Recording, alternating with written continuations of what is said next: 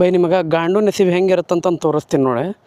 ನಾನು ಅಲ್ಲಿಂದ ಸ್ಪೀಡಾಗಿ ಬರಾಕತ್ತಿದ್ದೆ. ಸ್ಪೀಡ್ ಅಂದ್ರೇನೋ ಒಂದು 50, ಈಗ ಅಣ್ಣ ಬರಾಕತ್ತಾನಲ್ಲ ಅಷ್ಟು ಸ್ಪೀಡಾಗಿ ಬರಾಕತ್ತಿದ್ದೆ. ಸ್ವಲ್ಪ ಆ ದರಿದ್ರ ತೆಗ್ಗೈತಲ್ಲ ಅದ್ರಾಗ ಸ್ವಲ್ಪ ಬೈ ಮಿಸ್ಸಾಗಿ ಗಾಲಿ ಇಳಿದು ಬಿಡುತ್ತೆ. ಇಲ್ಲಿ ನೋಡ್ರಿ, ಇಲ್ಲಿ ಫೋನ್ ಆಗಿರೋದು ನಂದು.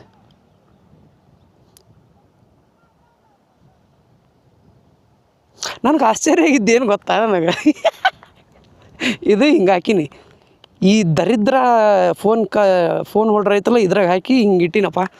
ತೆಗ್ಗೊಳಗೆ ಇಳಿತಲ್ಲ, ಬೆಳ ಮುಂದೆ ನಾ ಕಣ್ಣಾರೆ ನೋಡೀನಿ. ಇದು ಹೊಲಸು ಸುಳಮಗಂದು ಇದು ಯಾವುದಿದು ಏನಂತ ಇದು ಕೇಸ್ ಐತಲ್ಲ, ಇದು ಕವರ್, ಇದು ಹಾರ್ಕೊಂಡು ಹೋಗ್ತಿದ್ದು. ಇದು ಹಾರ್ಕೊಂಡು ಹೋಗಿ ಇದು ಸಪ್ರೇಟಾಗಿ ಬಿದ್ದತ್ತು ಮರೆ.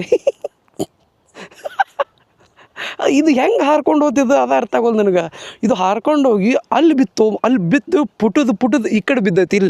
ಇಲ್ಲಿ ಬಿತ್ತದು ಹಿಂಗೆ 2-3 ಸಲ ಬಿತ್ತು. ಇದು ಜಂಪ್ ಆದ ಕೂಡಲೇ ಈ ದರಿದ್ರ ಕವರು ಹಾರ್ಕೊಂಡು ಹೋಗ್ತದೆ. ಅದು ಹೆಂಗೆ ಹಾರ್ಕೊಂಡು ಹೋಗ್ತದೆ ಅಂತ ಗೊತ್ತಿಲ್ಲ. ಇಲ್ಲಿ ನೋಡಿಲ್ಲ ಆಗಿರೋದು, ಕ್ಯಾನ್ ಯು ಸಿ ಇಟ್? ಇಲ್ಲಿ ಬಿದ್ದು ಇಲ್ಲಿ ನೋಡಿಲ್ಲ ಹೆಂಗಾಗೈತಿ.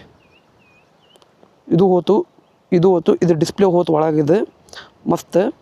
ಇಲ್ಲಿ ನೋಡ್ರಿ ನನ್ನ ಕ್ಯಾಮ್ರಾ ಮಾರೆ ಇರೋ ಫೋನಿನ ಕ್ಯಾಮ್ರಾ ಹೋತು.